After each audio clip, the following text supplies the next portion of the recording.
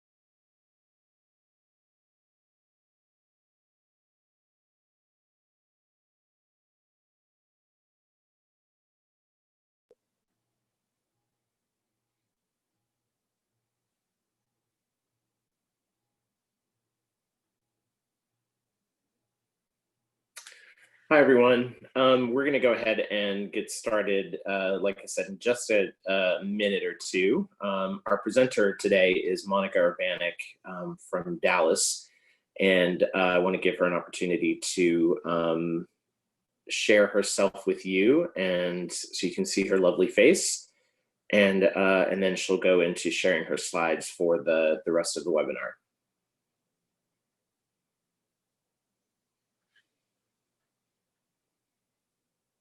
Hey, it's Monica. Hey, Rick, I cannot share my screen at this point. It says you're in charge of that. Oh, okay. Let me see. Or I can't show you me. Let me see what I...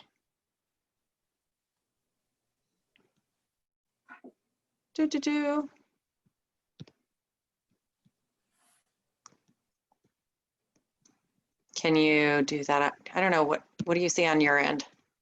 I see your screen, so I see your PowerPoint. There we so, go. okay. There we go. Now there we go. Your camera. You cannot because the host has stopped it. Ah, okay. So, all right. So everyone, we're just going to go ahead and get started. And Monica, go ahead and share. You can share your screen in just a minute and then do the PowerPoint. Cool. Hi, everyone. My name is Rick Giprich, and I am the Director of Program Support for TASA, the Texas Association Against Sexual Assault. I'm sure most of you are familiar with our agency. And I want to thank you all for joining us. We are in very weird, unprecedented times, and the majority of us are hopefully working from home, social distancing, staying safe, and taking every precaution we can to protect ourselves and protect our loved ones. And because of that, we know that this is really weird. This is kind of not something that a lot of us are used to.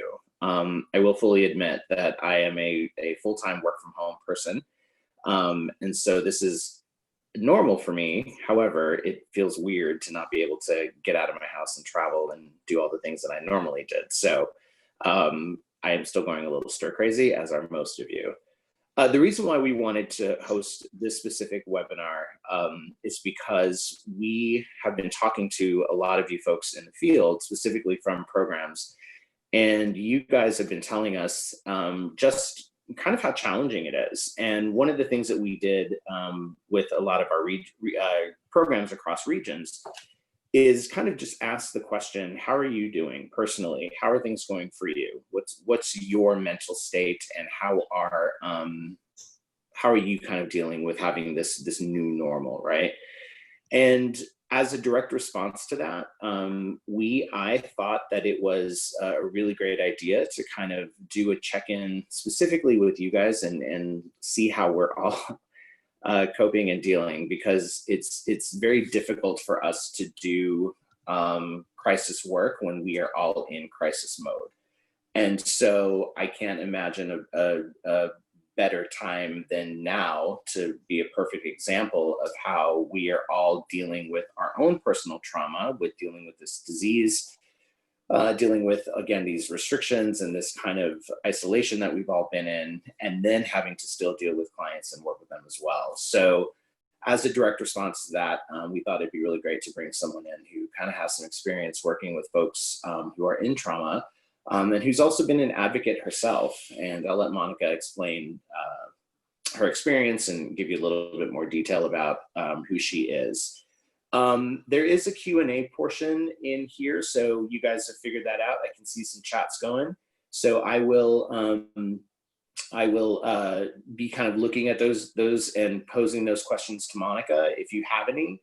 So either, I don't know if on the webinar part there's a raise your hand part, but in the meetings there is on Zoom. But anyway, go ahead and put a question in on the Q&A. There it is. Thanks, Courtney. So raise your hand or put the question in the chat box, and I will try my best to get to it. We've got 100 people on this webinar. Wow. So it's going to be really tight. So I will do my best to follow up and to make sure that everyone's answers or questions get answered. One last disclaimer before we get started. I know that we're at home, and if you're like me, I have a coworker who is right next to me. She's got 4 legs and she doesn't know any boundaries at all. And her name is Ripley, and probably halfway through this, she will crawl up and jump in my lap.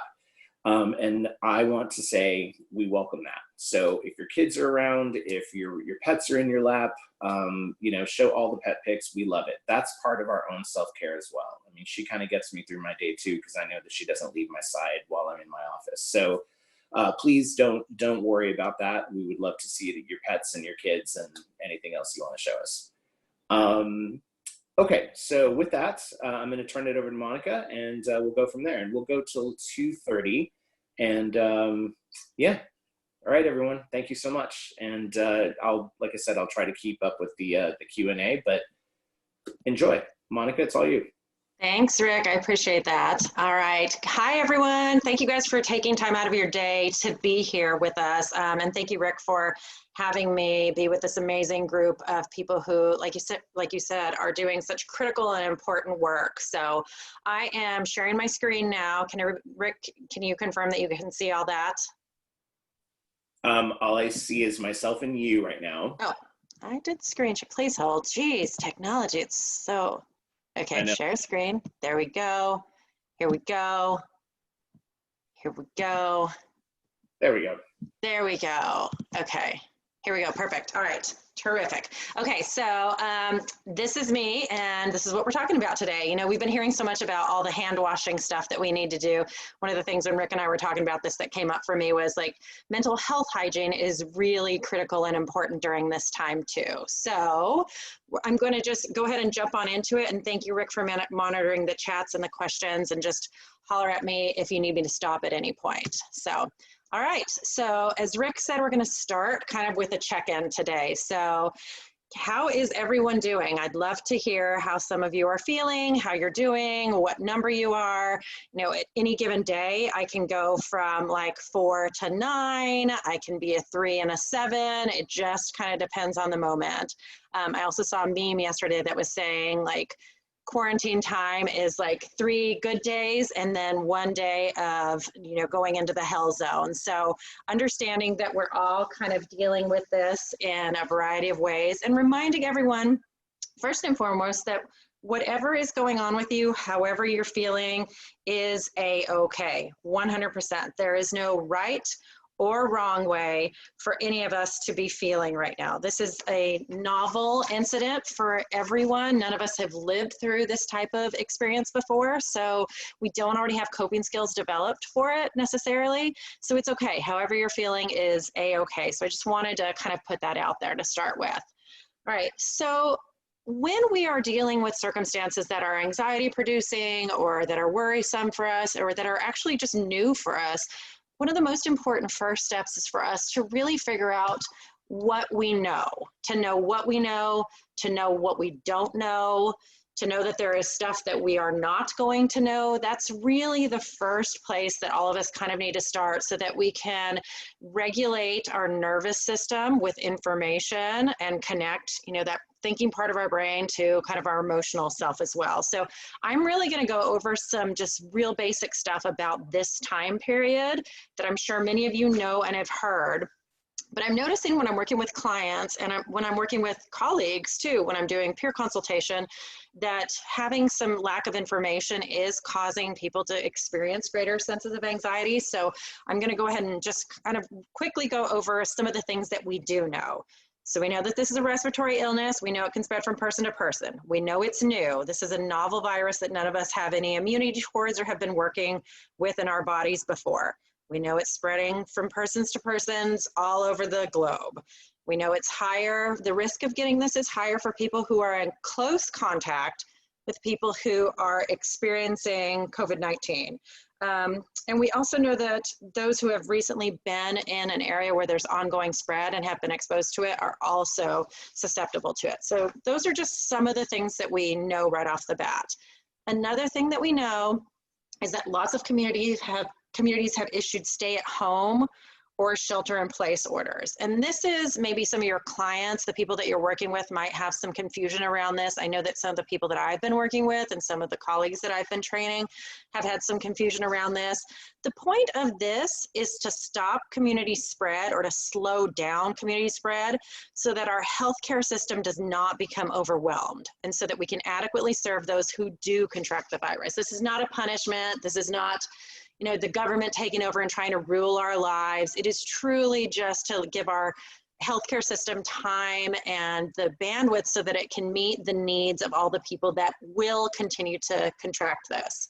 And then we also know that there are some rules that we should all be following. Information and knowledge really is power, and so knowing what these rules are can be very empowering to us, to the people that we're serving, to the people that we're working with and training. So what are the rules? Wash your darn hands, or use a sanitizer when you must, but it's not a substitute. Don't touch your face. Cover your cooties, cover your coughs, cover your sneezes. Wear a mask. That's, I know here in the Dallas area, I know you guys are all over the place, but in the Dallas area, that was a new order this week that everyone has to wear a mask when they are visiting essential businesses. So when you're going to the grocery store and places like that. Practice social distancing, 6 feet. We've talked about that, sure, ad nauseum in our homes and with our friends and families.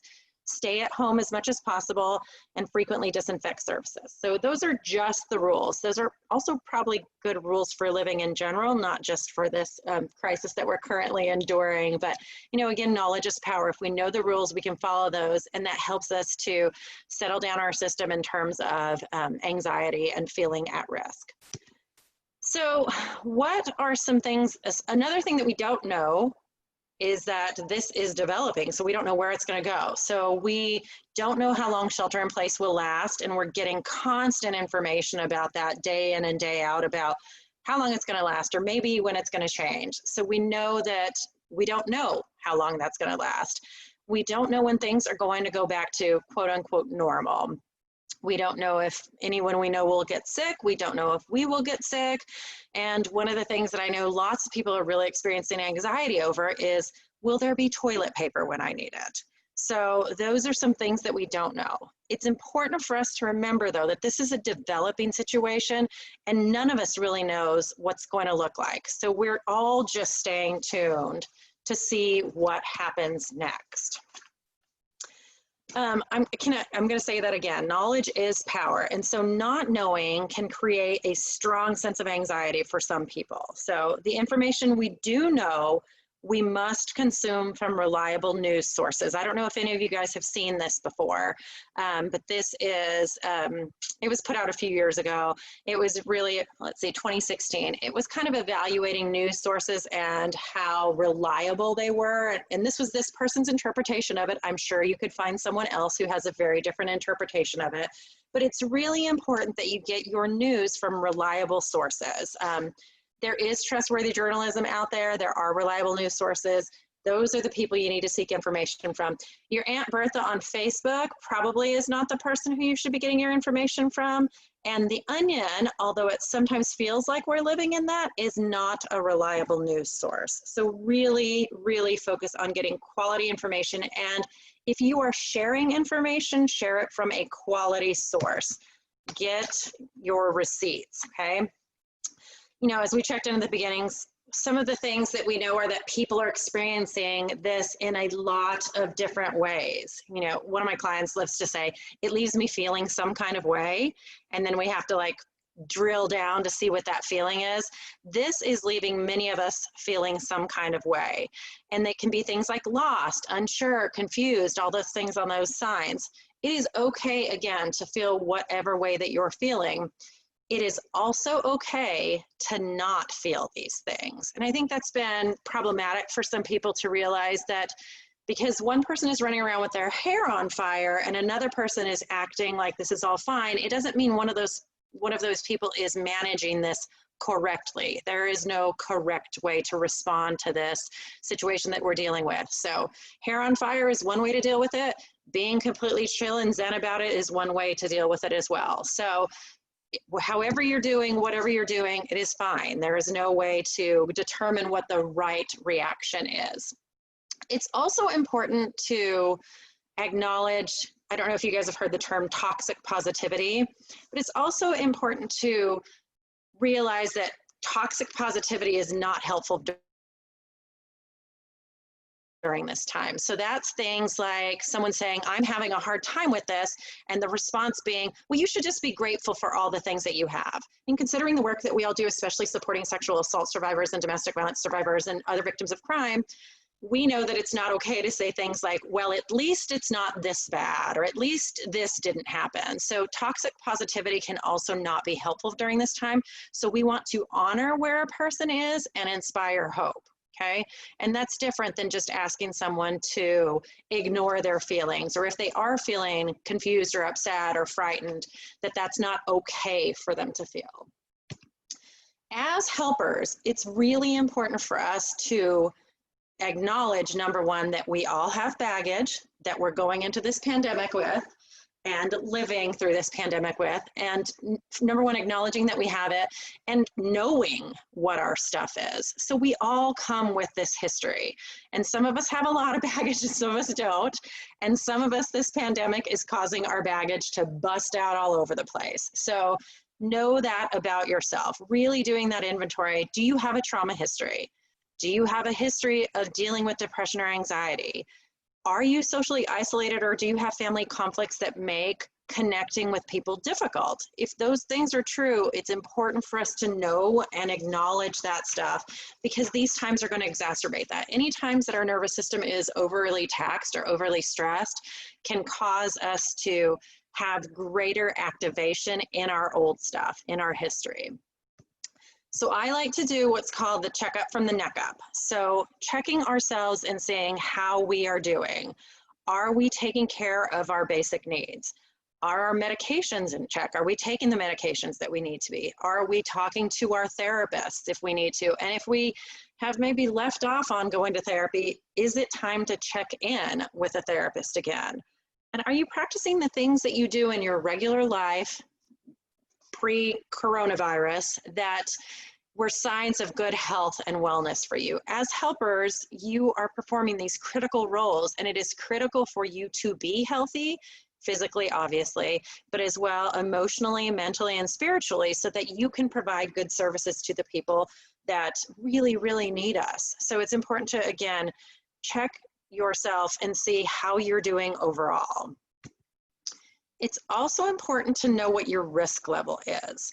So examining how our history is impacting us. So our isolation, so this isolation that we're in right now may be triggering us because we have a history where we were abandoned, or if we have previous medical trauma, it might be triggered right now when we see people wearing medical masks.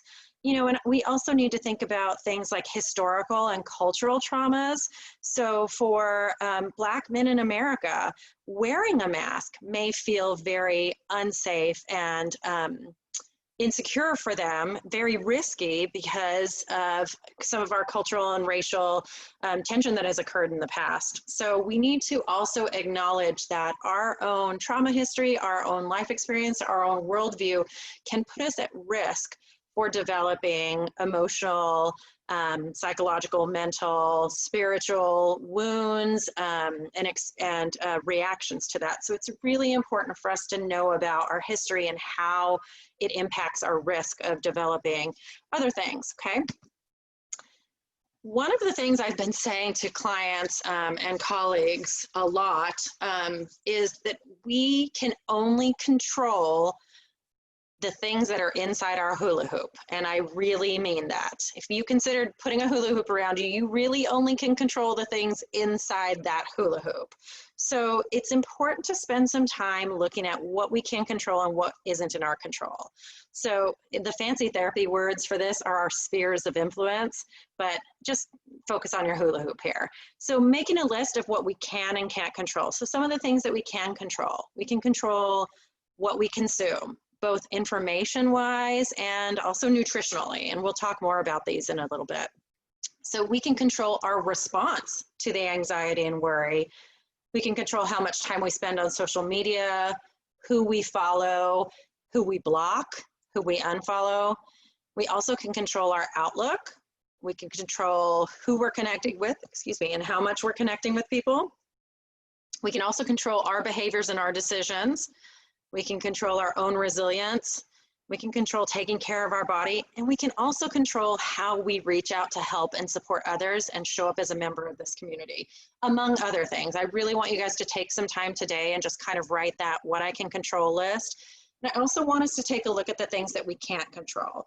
So things that we can't control the news. We can't control this crazy 24-hour media cycle that we're all inundated with. We cannot control that, but we can turn it off or limit sources. And again, we'll talk more about that. We can't control this pandemic. We are not in charge of this virus. This virus is its own boss, and it is going to do the things that it needs to do. We cannot control that. We can't control the government or any decisions that they make. We can't control some of the things that were canceled or that will be postponed, and we can't control other person's behaviors or their decision making. So we really want you to spend some time focusing on that today. This is also a really good thing to talk with clients about and people that you're serving so that they feel maybe a little bit more in control of what is going on in the world today when it feels like so much of this is happening to people versus us having any autonomy. It's really important also to focus on the what is versus the what ifs. So when we are talking about the things we can control and can't control, we can't control the future. That's really one of the things that we can't control. We can't control the likely or unlikely outcomes of things. So focusing really on what we know will help us to feel less unbounded. So really practicing mindfulness during this time is going to be helpful for us to stay present focused. I know we've all heard mindfulness, we're probably all mindfuled out, but it's really a tool that we have a lot of science and research to back up how helpful it is for us, and it helps us develop resilience. It's really good for us physically as well. And so I want to just demystify mindfulness. You do not have to start becoming some guru or, you know, go on a silent meditation retreat for 6 months. None of those things. Mindfulness is, there's two definitions I really, really like. And the first one is paying attention right now on purpose to the present moment without judgment. That's John Kabat-Zinn's mindfulness definition, and he is the founder of mindfulness-based stress reduction, which is really good if anybody is interested in looking that up. So it's literally paying attention right now on purpose to the present moment without judgment. And then I had the opportunity to see Tracy Ellis Ross, who is just amazing, when she was in town with my patron saint, Oprah. And I loved her description of mindfulness. She really calls mindfulness doing what you're doing while you're doing it. That's it. So if you're eating soup, you're focused on eating soup. You're not focused on the history of the soup or the soup's future. You're not focused on what you're going to do, what you were doing before the soup or after the soup. You're literally just taking a few moments to focus on what you are doing while you are doing it. Doing what you're doing while you are doing it. This really has a calming effect on our nervous system and will help us remain grounded. It helps us maintain 2 solid feet on the ground versus floating away like a helium balloon.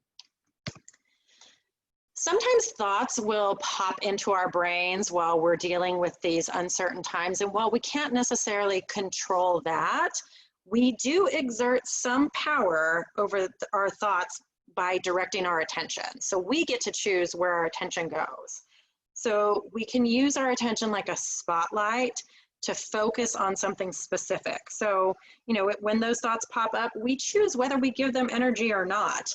And I'm going to talk next about some thought challenging techniques for some of those not so helpful thoughts that we might have come up during this time period that kind of can get us all twisted.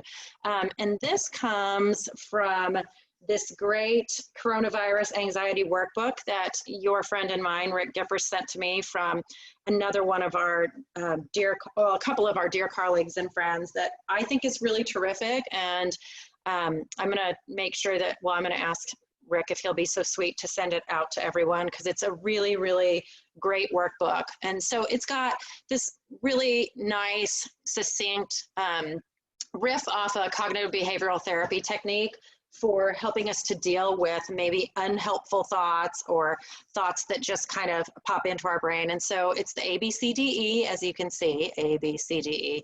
So the first thing is when we're feeling that thought, when we're feeling that distressed feeling, when we're experiencing that in our body, stop what we're doing and pay attention. So attention is the first step. What is your mind telling you? What information are you getting from your body? Second part is, do we believe it? It's not necessary to automatically believe your thoughts. If you think the sky is falling, it's probably not best to just jump right into that that's the truth, okay? We also want to challenge that. So we want to diffuse that anxiety by really expanding our focus. So what is the bigger picture? Is the thought a fact or is it an opinion? And what might you think if you were feeling calmer? So not, again, giving all of our energy to this one unhelpful thought, but really broadening our focus. And then D is discount or discredit. So the way I kind of think about this is I acknowledge that that is a feeling and I'm having it, or that is a thought and I'm having it. But if it's not helpful, then I can let it go. And if it's not true, I can discredit it and say, that's just the story that I'm telling myself about this. And then finally, E, exploring options. So what would be more helpful for me to focus on right now? Or if this thought or feeling does have some merit, what options do I have available to me? So that's just a really easy technique that we can use for ourselves, that we can teach the clients that we're working with, that we can share with our colleagues, share with, you know, the people that are stuck at home with you potentially. So these are just, it's just a really handy tool. Then there was another one in that workbook that I also wanted to share, which is called the think technique. And for some of you that maybe do prevention and outreach or work with youth a lot, or our parents, this is also this is also one of the techniques we use when we're talking about posting stuff on social media. So when we're thinking these thoughts and feeling these feelings, is this thought 100% true? So again, checking for validity. If not, what are the facts and what parts are opinion, okay? Then the H is this a helpful thought? Is this thought providing any use to me in this moment? And is paying attention to it useful to me in this moment or others? Is it useful to others? Is it inspiring? Does the thought inspire me, or does it have the opposite effect? Is it dragging me down, or is it moving me to a more positive place? Is the thought necessary? Is it important for me to focus on this? And is it necessary for me to act on it? And the last one, is it kind? Is the thought kind? Is it not? If it's not, what would be a kinder thought? So this is just a really quick kind of technique for you guys to employ that would be helpful when you're having those intrusive thoughts or those thoughts that are disturbing or distressing to us pop in. So along with thinking about our reliable news sources that we talked about earlier, it's important to talk about limiting our exposure, both to the virus and to unhelpful sources of data that are going to contribute to these thoughts coming up for us. So limiting our exposure. So not maybe consuming as much media as you do on the regular basis, or really trying to limit the types of media that you consume. So obviously it's important for you to still take in necessary information, just like you need to go to the grocery store, but do it safely, you know, minimize your exposure risks. So you have to filter some of that stuff out. And it's important to ask yourself, what do you want to give your attention to? You're in charge of that. So what do you want to give your attention to? So maybe you want to consider straining out some of the negativity. There might be some people in your life, or people you follow on social media, or feeds that cause you greater stress or greater worry. We all know those people in our lives who are alarmists, who like to focus on chaos over calm, or who like to think themselves as provocative, but they're really kind of jerks or maybe just pot stirrers. Those people are probably not people we need in our lives right now. So you get to choose where you place your attention. You can block people, you can unfriend, you can hide, you can unsubscribe, because it is important for you to be able to be in control of what you are consuming. And if you're consuming negativity, that's going to be something that rubs off on you. So it's important to limit that. We also have an opportunity right now that's really unprecedented. We've been forced to slow down in some ways and minimize some of our contacts in some ways that we've never done in the past. So we also can take this time to really slow down and look for the good. We're not surrounded by all bad. And we're going to talk a little bit about some 6 steps to kind of ask yourself every day while we're in social isolation that would be helpful as well. So really finding places and people online and in real life who inspire and uplift you. So like I said before, the negativity, those Debbie Downers, they do rub off on us, and being bathed in that negativity is going to have an effect on you. So will a polypositive. So those people who bring us joy and uplift us, they also rub off on us, and they also influence how we feel. And I'm not making this up, like this is actual science. You know, mirror neurons are a thing, and being around people who are able to provide us that calm and safety and uplift us, that's a really positive thing for us. So there are three things I'm going to say four today. There are a few things I'm really recommending to anyone I know. One of the things I'm really recommending right now is Deepak Chopra and Oprah have this 21-day meditation thing that they're doing. It's free. I'll send it to Rick and he can send it out to you guys. And it's on, the title of it is Hope During Uncertain Times. So it's a really easy, free meditation. You don't even have to be good at meditation, but it's a super easy, really free, free, easy meditation app that you can do every day. That's awesome. I love it. It's really inspiring. And we know that there is, science-based research that tells us how important meditation is for us. Also, if you guys like to do the yogas, the engaging of your body, and we'll talk more about this, the engaging of your body is really important during this time because of the benefit it has on our nervous system regulation. And I love Yoga with Adrienne. And if anybody has ever watched her, she's out of Austin. She's terrific, and she's got a ton of easy, accessible yoga videos online that I highly, highly recommend. And then two other ones. I don't know if anybody's watching the Some Good News YouTubes that John Krasinski is doing. They're pretty funny. I would definitely recommend them. They're just really cute and interesting. And then someone, when I was doing this presentation last week, had recommended Humans of New York is doing a really good COVID edition. So inspiring yourselves by looking at the world through that lens is much better for you than looking at it through the gloom and doom lens. So please really look for the good. That will help you to stay grounded. We also really need to stay connected. So this is a time of social solidarity while we're physically distanced. Oops, that should be distanced. Oh no, while we physically distance is fine. So social distancing is a set of non-pharmaceutical infection control actions that are intended to slow down or stop a contagious disease or outbreak. Social isolation is a state of lack of contact between an individual and society. So we don't want that. We don't want social isolation. We want physical distance.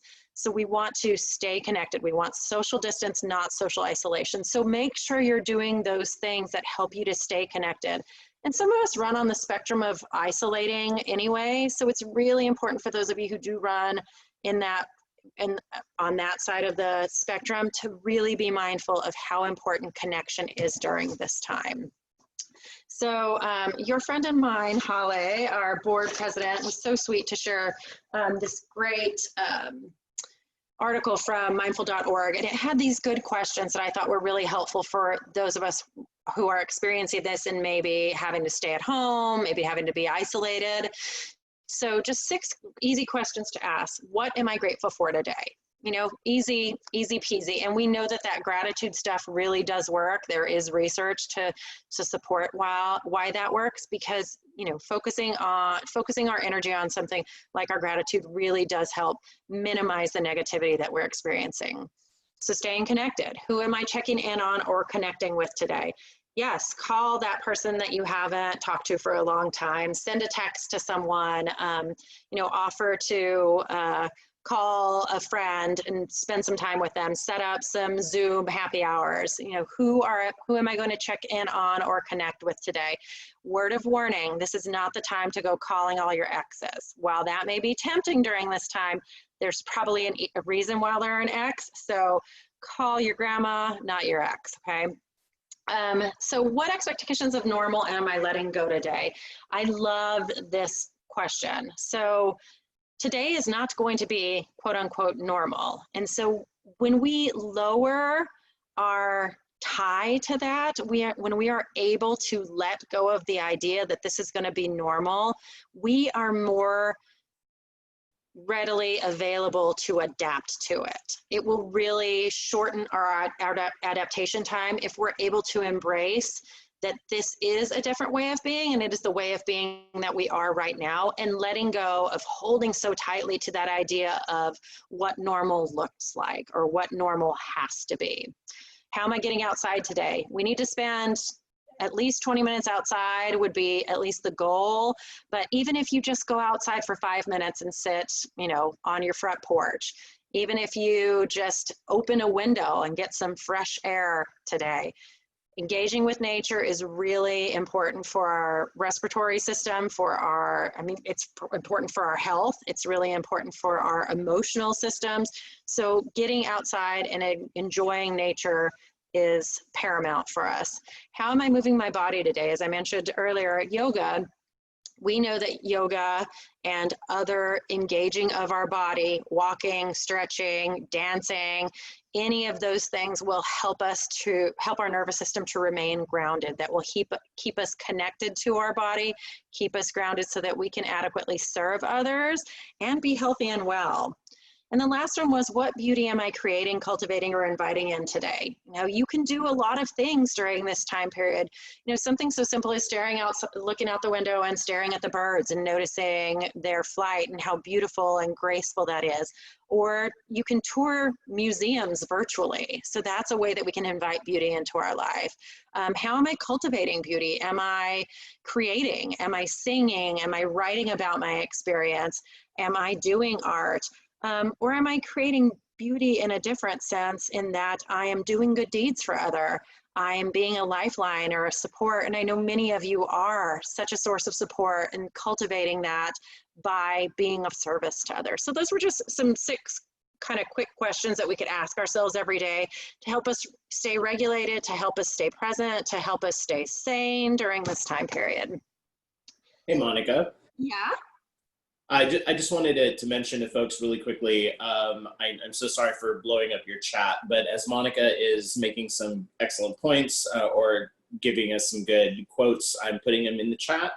And then I'm also putting links, web links to the Deepak Chopra free meditation and then the John Krasinski stuff. So you're so good. Yeah, just keep a lookout on your chats, everyone. And a reminder, if you have any questions, use the Q&A function, and I'll make sure that Monica answers those accordingly. So just wanted to give y'all a heads up. Thank you. And I'm going to try to see if I can share my video now real quick, Rick. Let's see. Nope. Let's see. Let's see if I can now. Nope, sorry, still says no. Okay, sorry. All right. Okay, so the next thing I wanted to really focus on is we hear this term resilience. So resilience is a skill or a tool or a muscle that can be developed.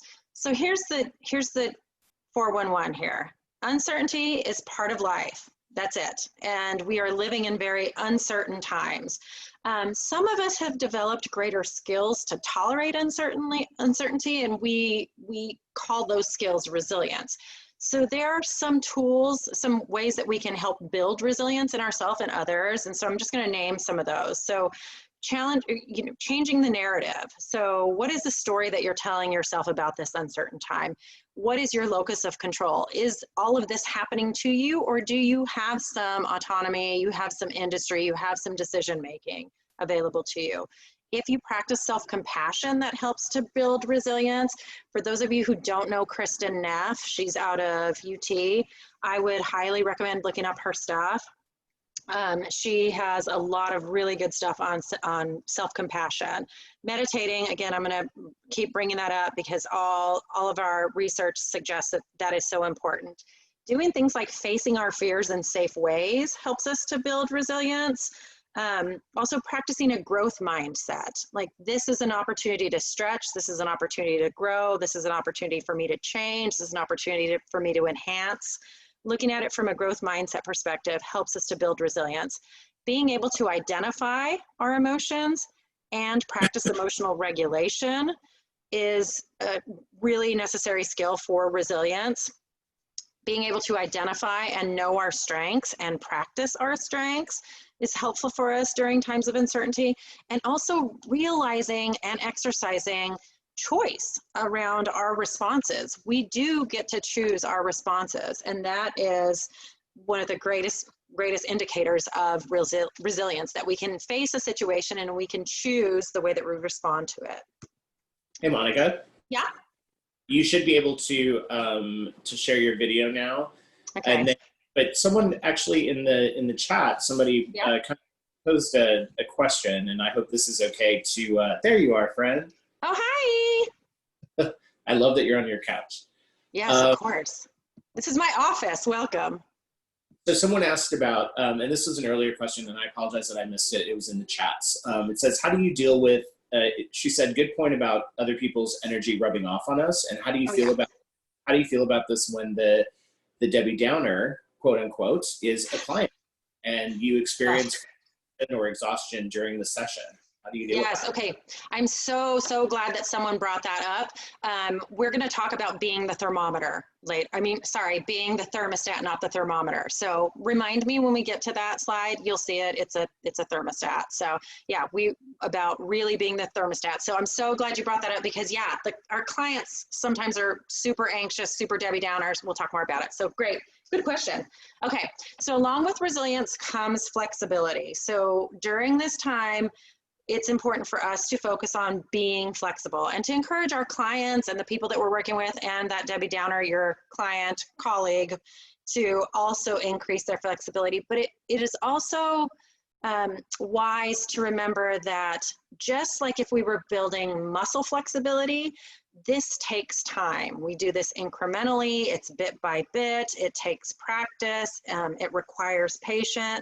So increasing our tolerance around not knowing and uncertainty is not going to happen overnight, but we need to actively work towards it.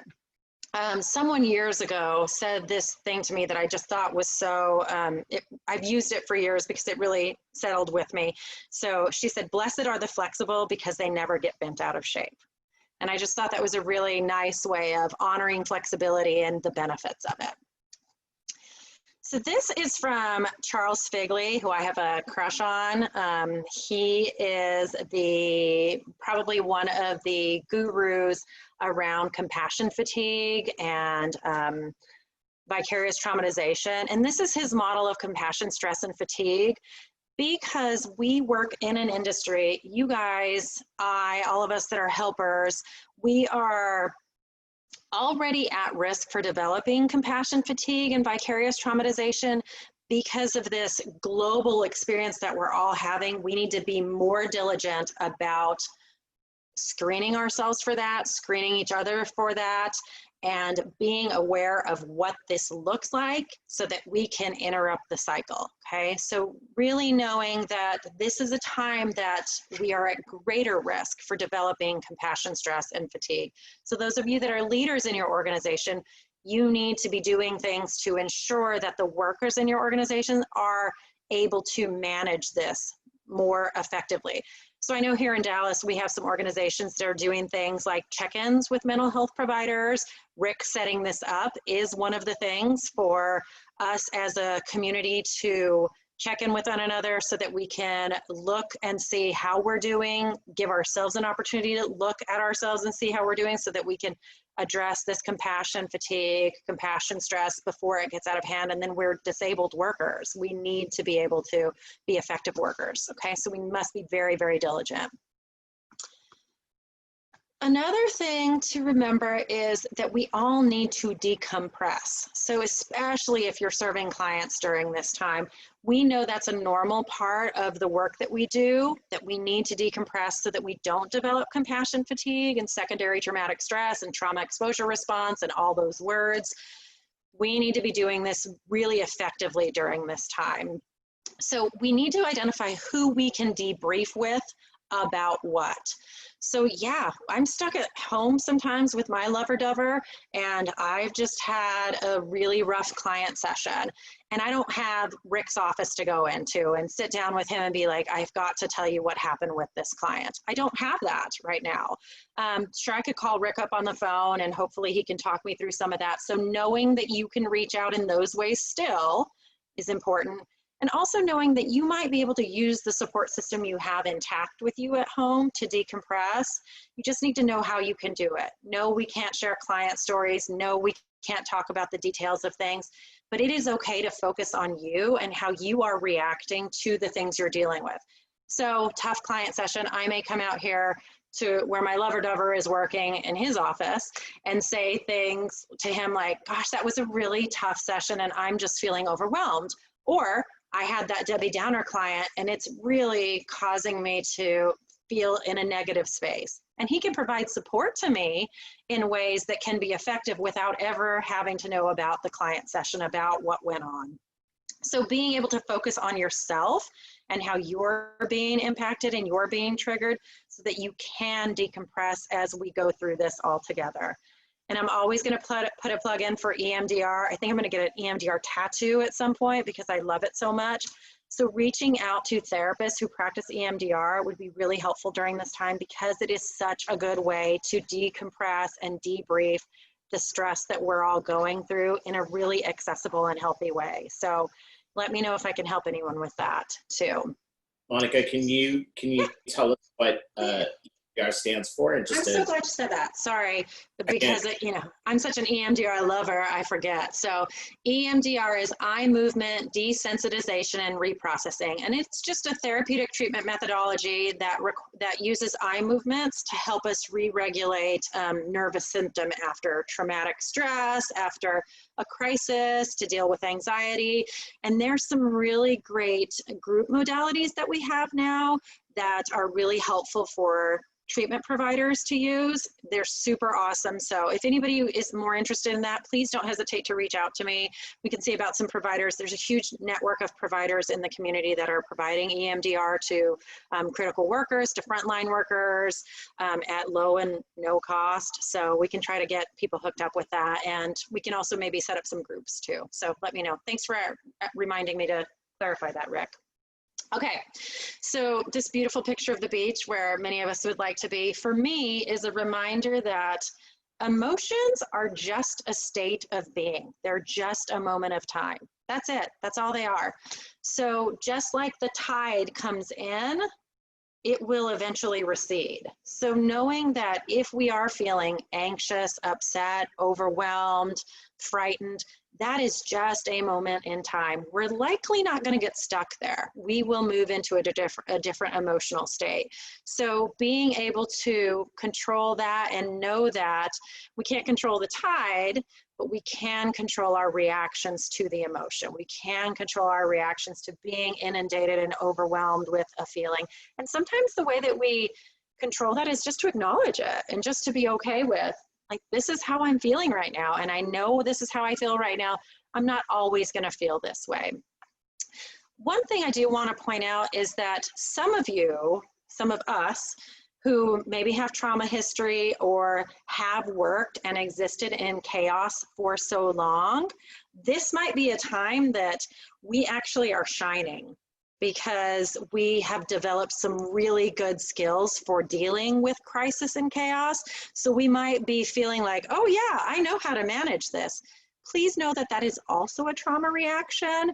And while it is beneficial and helpful during this time, it's important to acknowledge that that comes from past trauma and past wounding and past chaos, that it would be helpful to check in with a therapist about that, okay? All right, and then here was what I was talking about with being the thermostat. So we are going into environments where we're working with people oftentimes that are much more vulnerable than your regular person on the street. So we, as the healthcare provider, as the supporter, as the advocate, as the helper, need to set the tone for being the thermostat. And so the thermostat controls the temperature of a room. Thermometers take the temperature, so they are more reactive. Thermostats set that temperature, so they set the tone. So this is sometimes helpful when we're dealing with clients or with colleagues or colleagues who act like clients or need to be clients. We really need to be mindful that we can kind of set the nature. If we are calm, if we are positive, if we are thoughtful and mindful, if we are not letting ourselves get pulled into a drama circle or a drama cycle, that does change the system. So while it may be painful for that hour that you're sitting with the client who is super negative, one of the things I would recommend is getting underneath that this is not, I'm not doing clinical training here, but one of the things I would recommend would be getting underneath that. What's that negativity about? Is being negative the way that the person feels like they can control the environment? Or maybe if they're really, really negative or really, really down or really, really fearful, they won't be disappointed when bad things happen. So getting underneath that. And that's a good thing for us to look at too. If I'm feeling a certain way, what's the background of that? Am I looking at the glass half empty because the glass has always been half empty in my life, and every time I've had a glass, someone has taken it away from me? What is the undergirding of that? So that helps us to kind of understand why versus getting stuck in this is where I am in the muck. I don't know if that was helpful. Please chat back and let me know if that was helpful. If there's some other things, or any of you have other ideas, please drop those in too for the wise person who asked that question. Okay, and this is a reminder that I don't want to know what everybody's wearing today, but I know that I've had some crazy outfits during this time. I've also noticed that I do better, and most people do better, if they maintain some kind of routine. So putting on your pants every day is probably a good idea, okay? So doing those things that we normally do help our nervous system to remember the normalcy. So sticking to our old routine is probably not exactly what we can do right now, but maybe setting a new one that is helpful during this time period. Having a regular sleep time and a regular wake up time. I cannot stress how critical sleep is. Sleep really impacts everything in our lives. And sleep is also critical to us having a healthy immune system. So in this time where we're dealing with this virus that is impacting us in our immune systems, it's critical to be getting enough sleep. So regular sleep and regular wake up time. Doing simple things like making your bed, scheduling breaks for yourselves. My girlfriends tease me about, like, when we'd had snow days and we got to work from home, I was probably even more productive on those days because I would just fall into a work zone and not get out. That's not healthy either. So you need to schedule some breaks for yourself. Also giving yourself a break in general. You know, nobody knows what we're doing right now. This is a whole new thing. So it is okay to give yourself a break. So yeah, so doing those things that help you feel normal. If you see I'm wearing lipstick today because I knew I was going to see you guys. So I put some lipstick on and it felt good to do it. Okay. Combing my hair is good too. Things like that. So establishing a routine that helps you feel more normal will help. This is also a super cheesy therapist thing. This picture is, this is your brain on hugs. I didn't come up with that, someone else did. But I'm going to recommend something that may, again, sound super cheesy for you guys. But one thing we know is that self-hugging, literally hugging yourself, helps to reduce some of our stress. It releases oxytocin. It also lowers our blood pressure, and it decreases the stress hormone norepinephrine. I'm a very tactile person. I'm a big hugger. So not being able to hug as many people as I'd like or get as many hugs as I would like has been wearing on me. For those of you who live alone, I know that that's a really tough thing not to be physically touched because of these social distancing measures. So self-hugging, I know it sounds super cheesy. Self-hugging really actually does have some physiological benefits, so I would recommend it. I was doing the same training last week, and one of the gals was saying, there's too much of me to hug. I can't get my arms all the way around.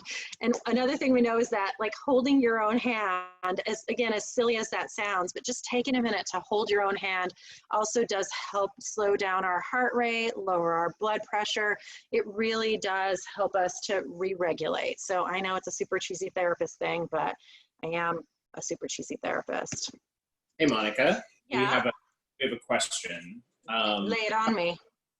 Yeah. So one of the participants wants to know, what if you're experiencing sleep-induced anxiety, as in while trying to sleep, you're having panic attacks, or sure, things keep popping up and you can't, or you're waking up every 5 minutes and you just can't get a good night's sleep because you've just got so much on your mind. Yes. Okay, so the very first thing I would recommend is hard exercise during the day. Like your body is flooded with hormones, stress hormones, anxiety creates the dumping of chemicals in our body, and we need to expel those.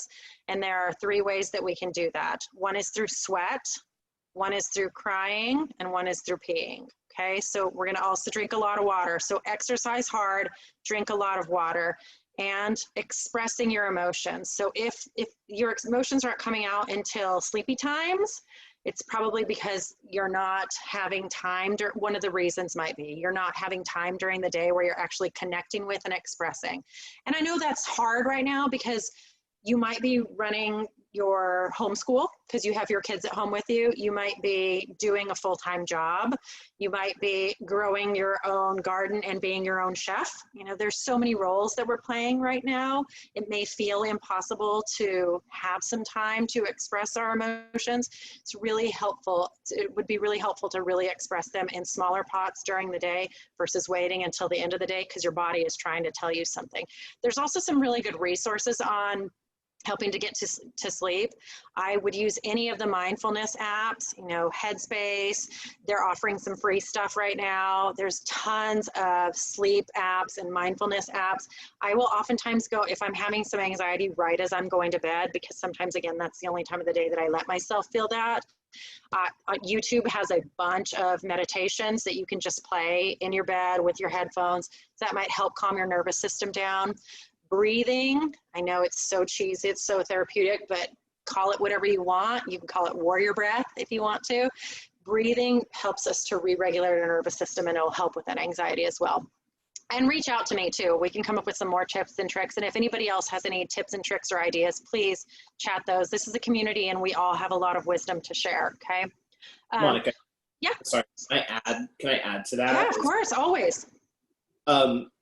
Actually, I'm adding a question because along with what you're saying, I think it's really interesting because the breathing, right? Mm-hmm. You know, not being able to breathe or having some anxiety yes.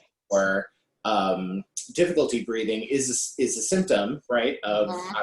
having the coronavirus. So yeah. I feel like a lot of folks are also kind of in panic mode.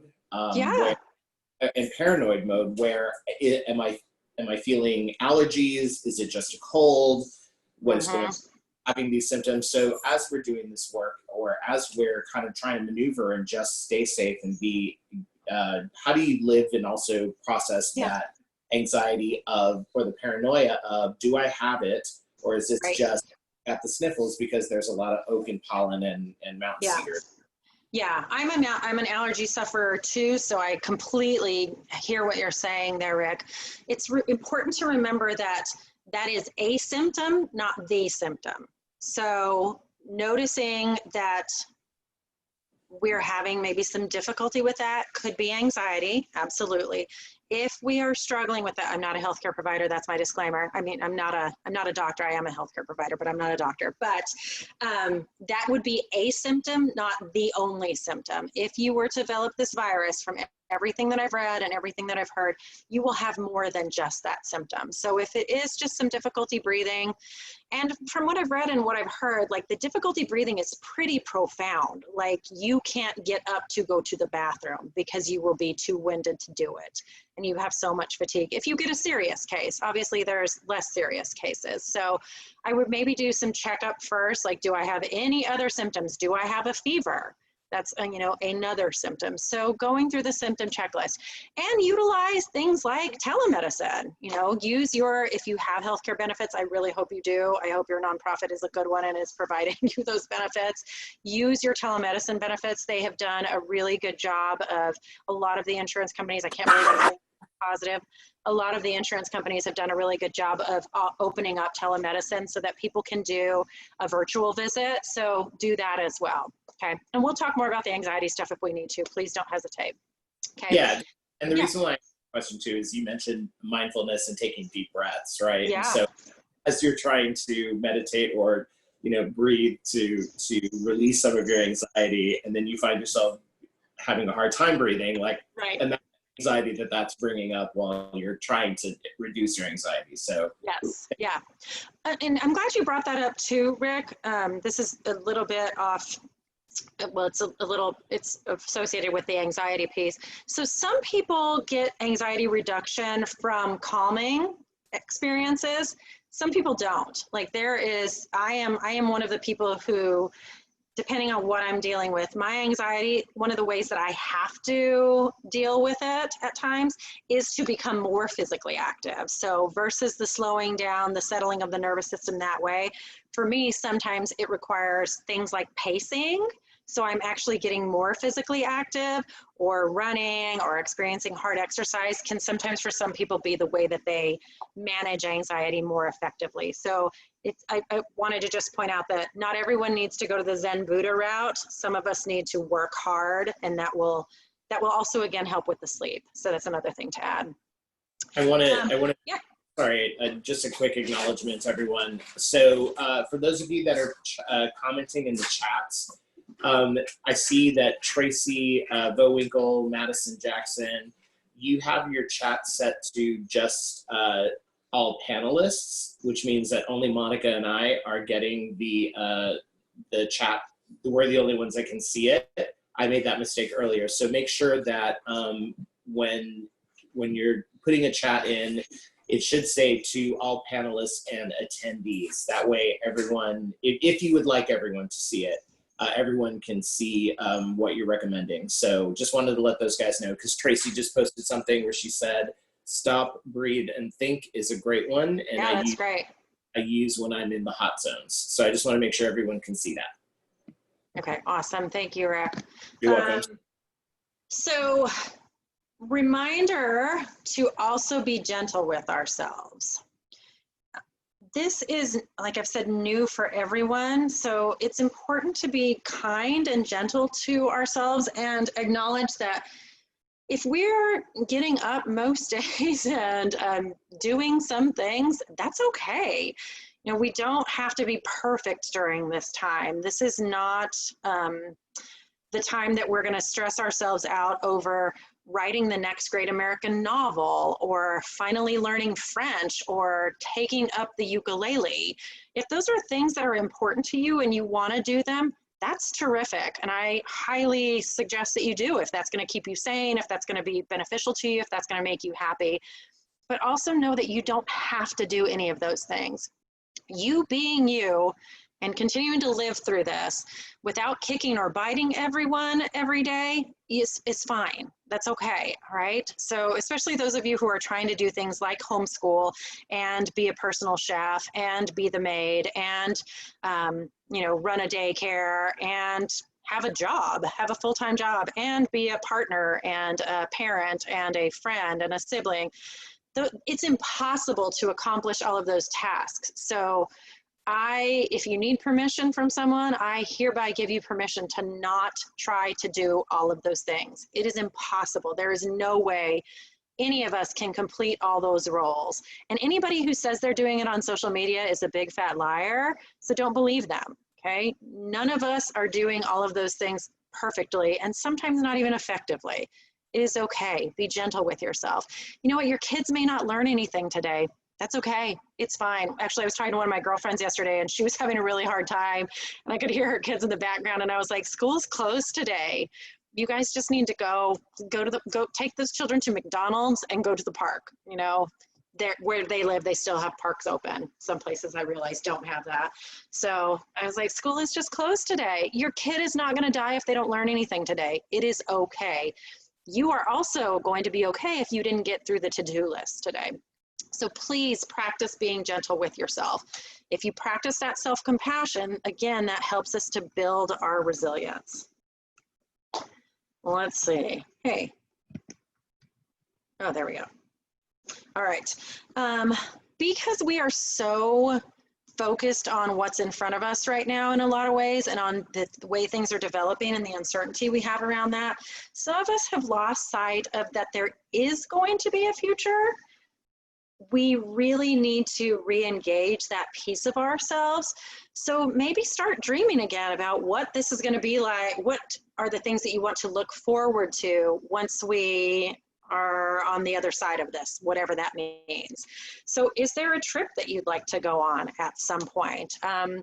Where would you like to go? What would you like to do? What are you going to do after this? Whatever, again, whatever that means. So who will you see? What restaurant will you go to? What will you explore? So starting to really allow yourself to dream a little bit about the long, long future is okay. It doesn't need to stop because we're in this moment where we're really sitting tight with what we are.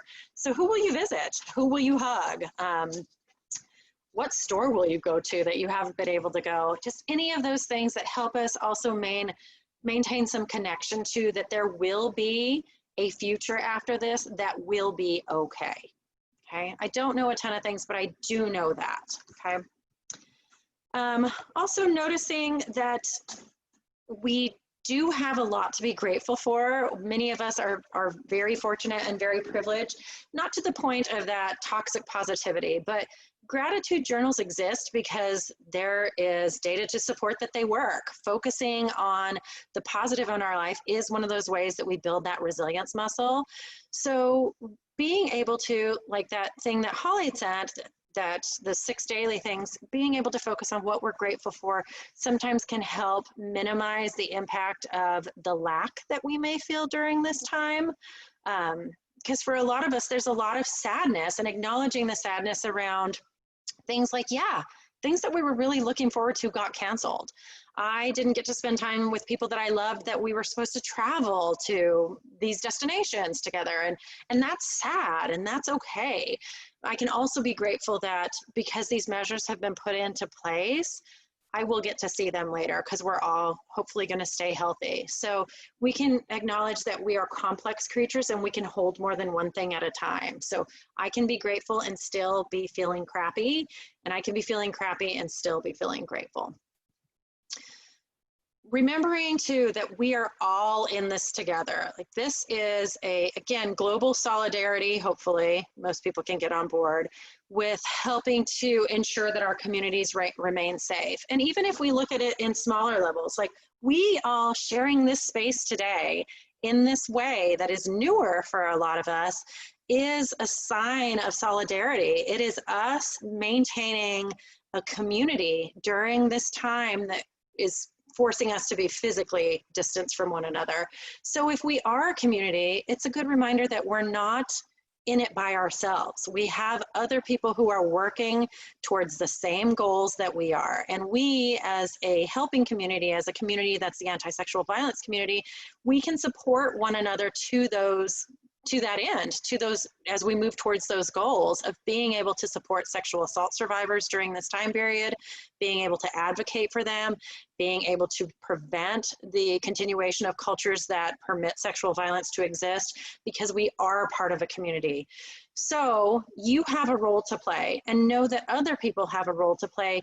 And because we are all in the same community, please cultivate that. Reach out to one another. You know, Holly just reached out to me last week just to see how I was doing. You know, Rick checks in on me. I've had the good fortune to talk with some of you that I've seen are here today just to see how we're doing, just to check in. Please do that for one another, because if we again create and cultivate and maintain our community, we will all be healthier at the end of this. And I think this is kind of the last thing for me. Really finding who your hope guides are. So for those of you who don't know, that's Deepak Chopra. I love him. I love him a lot.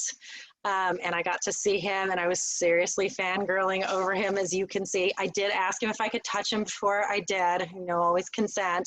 But he is one of my hope guides. Like, and thank you, Rick, for sharing that Oprah, my patron saint Oprah, and my crush Deepak's meditation thing, because those are people who I turn to, who give me hope, who inspire me, who fill me with hope.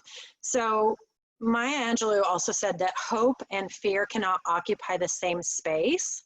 So that reminds me as well, like if I can cultivate hope, then fear doesn't have a place in that zone, and I get to invite one to stay. And then I know we've all heard that Fred Rogers quote, when I was a boy and I would see scary things in the news, my mother would say to me, look for the helpers. You'll always find people who are helping. And so I want you guys also to hear from me that you are those helpers. And you are in, again, a community of other helpers, people who are all working together to cultivate good, to grow the good, to provide outlets for people who really need the support, to sustaining our communities, to providing justice and care, to just being with people. So you as the helpers, it is so important that you reach out to one another, that you acknowledge your role, that you seek other helpers to be your hope guides. And from my heart to yours, that I want you to know how important you are and how much I appreciate you and the hope that you give me as a community member. And I just want you all to be healthy and well. So if there is anything that I can do to help sustain that, please do not hesitate to reach out to me. We are all in this together. And so that's my contact information. And I think we have, Rick, some time to, yeah, we do. We have a little bit of time to do any Q&A or sharing. Yeah, absolutely. So if anyone has any questions, again, you can put it either in the Q&A or you can raise your hand and I can call on you and unmute you so you can ask Monica your question. I love reading some of these comments. Yes, I got to meet Deepak Chopra and I want someone to look at me the way I was looking at him. Like, he was like a delicious taco that I must have in my life.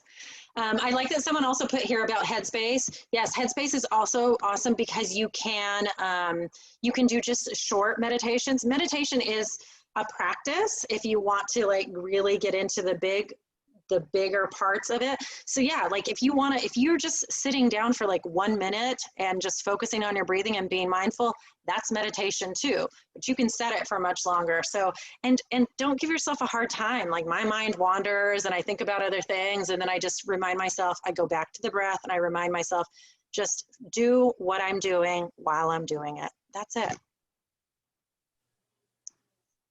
Oh, good. I'm glad people are liking the meditation series. Any questions? What are some people finding that that it has been helpful to them during this time? Wine, I know people have said that. That's helpful. On that note, being mindful of how much you are consuming. So if you tend to run on that end, just be mindful that it can be a coping skill. It doesn't have to be your only coping skill. It seems like puzzles have been yes. People are doing as well. Oh, I love this. New traditions, having tea before bed, dancing in my kitchen, yes. Yeah, setting some good limits on work time versus home time, absolutely. And there's a lot of stuff on, like if I know you're a work from homer, Rick, so you can probably speak more to this, but having a separate space. For those of you that are therapists, I do not recommend that you do your counseling sessions in places like your bedroom, just because you need to protect that energy. So doing it in a more neutral space, if you have one, if you're fortunate to have one. So setting limits on your time, what's work time and what's home time, and setting limits on your spaces too. This black thumb has been gardening. Good job, Heather. I can't wait to see what comes out of that. Someone asked if you are available 24/7, question mark. I think they forgot to add LOL after that question. Call me anytime, yes. Where are your cues? I'm just in let's see. There we are. You guys, Tracy, you can call me anytime. You have my number.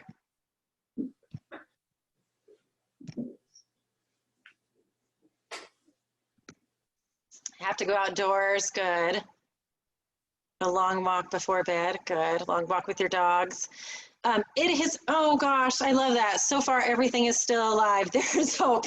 And I think, Heather, I think that's a metaphor for all of this, and more than just your lovely garden, is that, yeah, things are still growing. The planet is still turning. Nature is still doing what it's supposed to do, and it keeps going, whether or not we like it or don't. Sure, it's different working from home. I work with survivors. My garage is a neutral place. I like it. I dig it. Good, good. I'm appreciating seeing everybody getting out and doing things. Our neighborhood is doing one of those where you put like rainbows in the window, where you put a bear in the window so that people walking the neighborhoods are doing things like a bear hunt, or for Easter, people put Easter eggs in their windows so that we could maintain social distance, but people could get out and see and do things. That's happening a lot in my neighborhood as well. Yeah. For most folks that may not know, this would have been Fiesta in San Antonio. Yeah. That's a very big deal for a lot of us here. So what my neighborhood is doing, our neighborhood association put together a car parade, and so decorating their cars, and is literally going to zigzag across every street in our neighborhood while people sit on their porches and wave. I love it. I love that. Wearing random hats and fun things in my closet. Oh yeah, I'm so glad you mentioned that, Holly. We are doing, some of my girlfriends and I have been doing some Zoom happy hours, and we've themed them. So like the first one, a couple of them. So the first one we did, we all wore fancy clothes, like we were going to a cocktail party, and I wore a tiara. And we did 80s last week. So, I think that's kind of fun too. Good taking a morning bath with a cup of coffee, loving not having the morning rush. I love that too. Playing with your kitten. I also think it's great that I was listening to a podcast yesterday, and Esther Perel, who's amazing. If y'all don't know her, she's a wonderful couples therapist. She's awesome. One of the things she was talking about is that this is an unprecedented time for us slowing down. So if you are in counseling during this time, or if you have been putting it off, I highly suggest that you capitalize on this time, because I know like my own therapy is so much better now because I'm not having all of that rush. Like I can go to therapy, here in my living room, and really sit with the learning that I'm doing and growing and experience that, versus running out of the therapist's office, getting into traffic, having to go pick something up, running through the drive-through, then going to the dry cleaner, then going back to the office. So I can really be focused on my own growth and my own wellness during this time in a way that I haven't been able to in a long time. So, know that that's there for you as well, because it is a different time. Monica, we have a couple of questions. Talk to me. So Felicia, your first question that said, I'm a face-to-face communicator, it randomly disappeared. Can you re-ask that question? And while you're doing that, I'm going to ask your second question to Monica. So I don't know if you can see it, Monica. She says, yeah, I just pulled it up.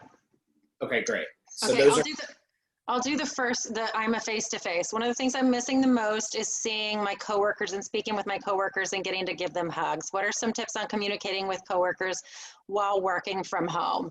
So I do suggest that you set up time to do that. Like I said earlier, when I leave a tough session, I miss not being able to go into the therapist's office next door to me and talk about what's going on. But I set up times to check in with them. And so that has been really helpful. So literally it might just be like a 2-minute text at the end of the day, like, how did your sessions go today? Or, girl, I got to catch you up on this client. And then we will just set up some times to do that. And again, using things like FaceTime, using things like Zoom that are free, they are helpful. It's not a substitution for sitting in a room with someone. I get that. It is sterile, and sometimes it can be sterile, and you don't get, I know again it sounds hokey pokey therapist, but like the feeling of being in the room with someone is really unique, and you cannot recreate that through this media. This is a different way of doing things, but we can get better at it, and it's a tool that we can use for now. So Felicia, I would say setting up some time to decompress with people, setting up some time just to talk with them, and it might just be, again, like a quick little check-in. And then for the other one, tip for speaking with friends who aren't in the movement. I try to be cautious to make sure I'm not triggering friends when I speak about the work I do. Yep. Any tips on venting to people while maintaining those boundaries and respecting their needs and comfort levels? So I try to really focus on the impact on me versus, so not the content of what occurred, but the context and the impact. So not saying, I was sitting with this sexual assault survivor who blah, blah, blah, blah, blah, blah, blah had happened to, obviously. But being able to talk about, like, I was sitting with a survivor today, and the case was really distressing to me because it brought up feelings of fear for me. So not talking about the content of what occurred, but your impact can be really, really helpful. And also reaching out to your colleagues who you can talk about some of this stuff with. So 100% continuing to debrief with the people who you can say, girl, I was on this call today and this thing happened. And can you believe that happened? So does that make sense? And, I hope so. Yeah. And Monica, Pamela Donnelly, she had her hand raised. So Pamela, I'm gonna unmute you so that you can ask your question if you'd like. Ooh, nice. She's still muted. Unmute. Okay. There she you go. is. All right. I wasn't expecting that. I must have hit the wrong button. Anyway, this has just been the guys in our yard are doing mowing, so I'm going to mute myself again. I can't. You cannot. Well, they're going that way. Anyway, but this has been great. Just listen to everybody, your comments and everything, because I think we've all experienced most of the things you talked about, and I've made a list of many of the things that you've suggested as far as coping skills and the stay away from negative people, which but it's I think everyone's really especially when you're working in trauma. I'm a sexual assault program manager in a rural area, but it's a challenge, and we're working from home, and it's hard to do that, as we all know. And there goes the lawn guy again. Okay, thank you. I'm out. Well, good, Pamela. I'm muting. I appreciate you checking in too. Thank you for that. And you know, that was an interesting thing, that sound is a trigger sound for me. When I don't know why, but that sound like causes rage for me. So I have to be really mindful when I'm like in session with clients. If I hear that noise, I have to really focus on my breathing. So I love that you're at home and weird things like that happen. Yes, like Rick said, your dog's going to jump on your lap. There's going to be a leaf blower outside. We're all in an unprecedented time. So I'm glad that some of this was helpful for you, Pamela. I really appreciate that. And then we had another question, Rick, I think. We have two, one from Tracy and one from Dina. So you would feel free to answer which one you'd like. Okay. Working in the hot zone. This is from Tracy. I haven't been able to hug my elderly mom in over 40 days. What can I do to feel the comfort of her embrace? Oh, Tracy, my heart just goes out to you. And I'm sure there are many other people in this community with you who are missing the comfort of being with their loved ones and hugging their loved ones. So I would definitely recommend the self-hugging, maybe while you're talking to her on the phone. If you have pictures of her, so making sure that you have pictures that you can look at maybe while you are talking with her on the phone, or Zooming with her if she's down for that kind of stuff. If you have anything that she's written that you can read, like I know seeing some of my family members' signature or a card that they've written me really kind of gives me the feels in this area. If there's a special gift that I've received, or anything that really reminds me of them, watching videos of being with that loved one, those are things that kind of help and give me comfort sometimes. So if anybody else has any great ideas, please add those in there. I feel for you, Tracy, and I'm sending you and your mama lots of love, lots and lots of love. So it's a hard time being separated from the people that we love right now. And then Dina, can you please give us a few words of encouragement or share one of your favorite quotes before finishing the session? Monica? Yeah. Can I, really quick, I'd love for you to end it that way, because I think that would be so impactful, so amazing. But there was one more hand that was raised. And Perfect, yeah. So Heather, you had a question. I'm unmuting you, I think, or you can unmute yourself and ask your question if you'd like. Actually, I raised my hand in error when I was moving my hand. Like in the Hi, Heather. Hey, in the It's nice to hear your voice. It's awesome to hear you guys too. And I will tell you, I'm missing my grandkids for over a month now, and I have a 6-month-old granddaughter that's kind of new, so I feel like I'm really missing out on that bonding time. Yeah. We Yeah. we have done a lot of, they don't have iPhones like I do, so we do video messaging. Oh, that's terrific. Messenger, and I did take Easter stuff out to them, but we set it in the driveway and we got to what we just stood and they understood, you know, that right now is we just have to be apart. But we got to watch them, and I delivered Easter dresses I made, and so sometimes, you know, it's just even just seeing them, everybody understanding that you love them, and I think it's harder for us than it is for the kids because they're so busy and they're good to talk to us, but so just taking care of ourselves in a way that's helpful, whatever that is.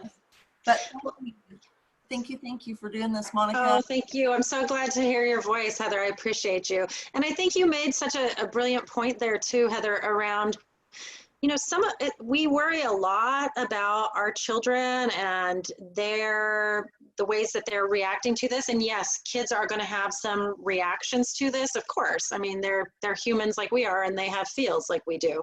But kids are actually a lot more resilient than adults are. And because for them, they don't sometimes have the expectations of what it's supposed to be like, kids actually roll with stuff. So a lot of them do. So just being able to acknowledge that we don't have to also put that on our kids, that this is weird and that it's super hard. Like if they're cool with it, they're cool with it. And that's okay. You know, we can usually learn a lot from them. Let's see. Oh, and Nicole. Oh, I love that you hugged your grandma's blanket. Oh, I'm sending you a big hug on that. That's awesome. That's really wonderful. Oh, and Tracy, I'm glad it's been helpful. I'm here for you guys, honestly. So please reach out to me, reach out to each other. I've been trying to think of a quote, but I can't really think of anyone. I'm sure I'll think of something afterwards. I'm also, Rick, you've already sent it. I was going to send you guys some stuff, but Rick sent some of that stuff out. If I think of a great quote, I'll send it to Rick and he can send it to you. But I would say in terms of, do we have anything else before we close out, Rick? No, I just want to let everyone know that this is being recorded, and if I'm not mistaken, it should be available on our TASA YouTube channel. So if you want to send this out to any other folks, please feel free. I'm really glad I put my lipstick on now. Okay, so words of encouragement. You know, I think Heather said it just a second ago, and I think that's the most important takeaway for me from this conversation too, is that we need to take care of ourselves, period. We have to take care of ourselves. We are valuable. We are critical. We are important. We are magical. And we really have to take care of ourselves because not because of what we do, not because of what we do. Like what we do is critical and it's so important and it's so necessary, but not even because of that. Like we need to take care of ourselves because we are. And because we deserve it. So please take care of yourselves. And please know that I'm with you guys. Thank you guys for everything. Thank you, everyone. Thank you so much, everyone. This has been, oh, I'm gonna cry. I know, friend, why we gotta cry today? There's no crying on Thursday. Crying is good, remember? Crying is one of the ways that we get the stress hormones out. So let it flow, let it go. So thank you all, everyone. And again, Monica, you're amazing and we love you. Oh, and thank you so much. I love you guys. I love you, Rick. Thank you for spending part of your day with us. We appreciate it. Just, I'm so glad. There was a question someone had about whether we're doing some upcoming webinars. Mm-hmm. The answer to that is yes. We're going to be doing a series that should come out at the end of April, but it'll be for May and June. And so check your emails, check our website, and make sure that you guys join in. And if you guys want Monica back, then everyone do a resounding yes. we'll have her come back and do another session as well. That's a yes. Oh, thanks, Virginia. You guys are so sweet. Well, I appreciate you guys so much. So, and Rick, thank you so much for putting this on. I can't tell you how important it was for me to get to spend this time with you guys. Can you see the chat blowing up with all the yeses? Yes, that's very sweet. Ah. All right. Thank you, everyone. All right. Have a great one. Okay. Thank you so much.